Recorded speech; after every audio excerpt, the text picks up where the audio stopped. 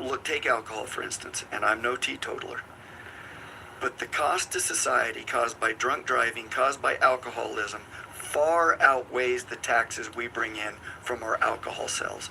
Oh yeah. Marijuana is no different. So now we've just added one more thing to throw out there to ruin families, to ruin lives, ruin marriages, ruin your opportunities at a successful job, life. So you take all of those things, you put those in there. Now, you take marijuana and you take a look at what it did to California.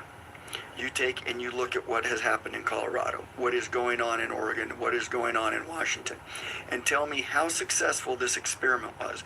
And my other argument to that was, we are taking a generation of kids and we're doing a social experiment on them. And what are we going to do as we start to see these rises in mental health issues from chronic marijuana users?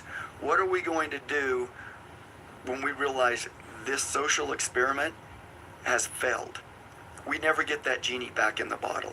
And then you brought it up, they're selling marijuana for cheaper because the taxes are so high in these other states. They can sell it for cheaper. Right, so then you miss out on your tax I revenue. mean, you grow enough, hell, you'll be like, man, this gonna be enough weed right here for me. In Oregon was, marijuana some people don't even smoke that much, so hell, they only got, it'd be easy for them to keep a garden and keep their own weed. Marijuana. And it proved that's to be what they're completely mainly false. trying to keep And so people now, away what are from. we That's why I dealing said, with? nah. Dealing with a You gotta state, learn what Oregon, states have that good has said, legalization well, we're not rates, even gonna and then be prosecute ready you to if you move have your ass methamphetamine on up out of there. on you. Hey, As long y'all as it's not sound a like some large haters amount, it's a around small here. amount. We'll I write you gotta a go. ticket that says you What happened to popcorn? That motherfucker accept went going to on a mountain somewhere in Missouri, I heard.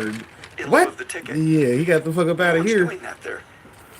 And it's I a wouldn't huge be failure. nowhere I where literally I talked didn't to a agree with the judge laws. today, retired judge out of Oregon, moved to Idaho. I get to because move of what a around. failure their policies Shout have out been to big in their country, judicial because system that's why over they there. said For every all the state things can do whatever the you state talked about as well. I would like to point allow. out a few things, because he sort of rolled up Hell, a you bunch might of not things like your into one, neighbors and I from think what I'm hearing. that's not only unfair, but it's also downright ridiculous. Comparing alcohol and herb, I think if you did a poll asking the majority of Americans what they think, a lot of people will think alcohol is a lot more destructive. And actually, there was a poll which was recently done which shows that over 80% of America is in favor of some sort of legalization.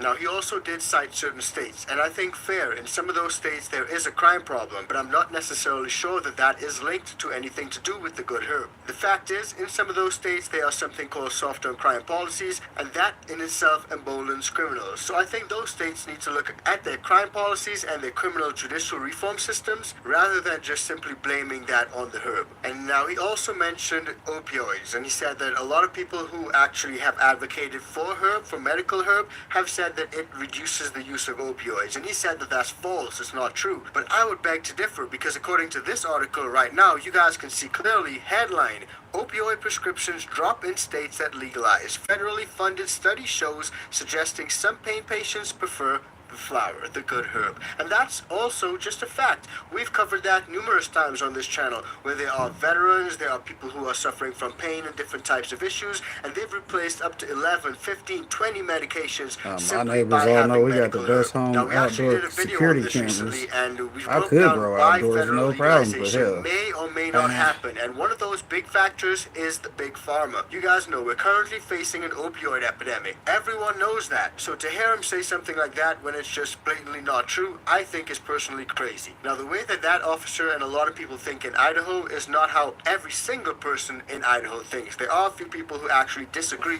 with that status quo. And that's reflected pretty clearly in the marijuana mandatory minimum sentence debate, which is going through the state house right now. So let's have a look at that. I do not want to be in the state of Idaho and we fail to penalize crimes that are illegal. Well, we do penalize crimes, we just don't force a mandatory minimum sentence for minor ones, but we might.